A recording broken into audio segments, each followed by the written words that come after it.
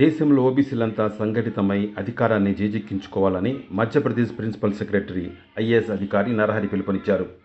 ఆ తర్వాత దానంతట అదే సామాజిక న్యాయం జరుగుతుందని పేర్కొన్నారు. ఓబీసీలు ఆర్థికంగా, సామాజికంగా కొంత లబ్ధి జరిగినా రాజకీయంగా మాత్రం వెనుకబడ్డారన్నారు. శనివారం నాంపల్లిలోని సురవరం ప్రతాపరెడ్డి తెలుగు యూనివర్సిటీ ఆడిటోరియంలో ఐఏఎస్ అధికారి నరహరి, హైకోర్టు అడ్వకేట్ పృథ్వీరాజ్ సింగ్ రచించిన ఓబీసీల పుస్తకావిష్కరణ సభ జరిగింది. ఈ సభకు ముఖ్య అతిథులుగా వచ్చిన Malkajgiri MP Etela Rajender, TPCC president MLC Mahesh Kumar Goud, MLC Addanki Dayakar, TSMTC chairman E Anil Kumar, MLC Dasoju శ్రవణ్తో పాటు పలువురు రిటైర్ ఐఏఎస్ అధికారులు హాజరయ్యారు. ఈ సందర్భంగా ఐఏఎస్ నరహరి మాట్లాడుతూ దేశంలో 80 కోట్ల ఓబీసీలు ఆశలు, సమస్యలు, వాటి పరిష్కారాలపై ఓబీసీల పోరుబాట పుస్తకాన్ని రాశానని తెలిపారు. ఎంపీ ఈటెల రాజేందర్ మాట్లాడుతూ సమాజ హితం కోరుతూ ఐఏఎస్ అధికారి నరహరి ఓబీసీల పోరుబాట పుస్తకం రాయడం అభినందనీయమన్నారు. తెలంగాణ సమాజానికి ఈ పుస్తకం స్ఫూర్తిదాయకమన్నారు. ఐతా శివ గారు, కుమార్ గారు కలిపి షాల్ని అందిస్తారు.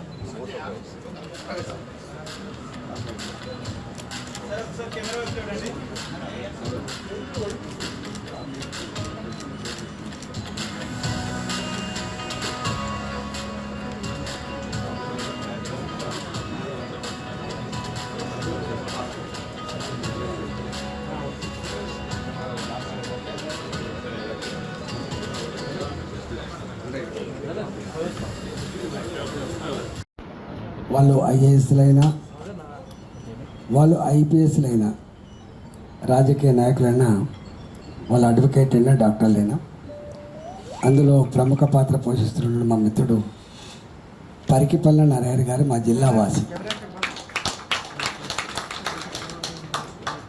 వారు దేశవ్యాప్తంగా మేధావులతో చర్చోపచర్చలు పెట్టి అనేక యాంగిల్స్లో రీసెర్చ్ చేసి రాబోయే కాలంలో ఓబీసీల పోరుబాట అనే పుస్తకాన్ని తెలంగాణ సమాజానికి అందిస్తున్నందుకు వారి ధన్యవాదాలు. ఆ బుక్ ఓపెన్ అయిందని తెలియడానికి సంతోషిస్తున్నాను. కంగ్రాట్స్.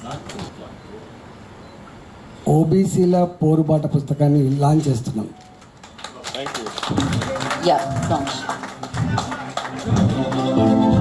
ये न्यूज को पेश करते हैं हैदराबाद होम अप्लायंसेज।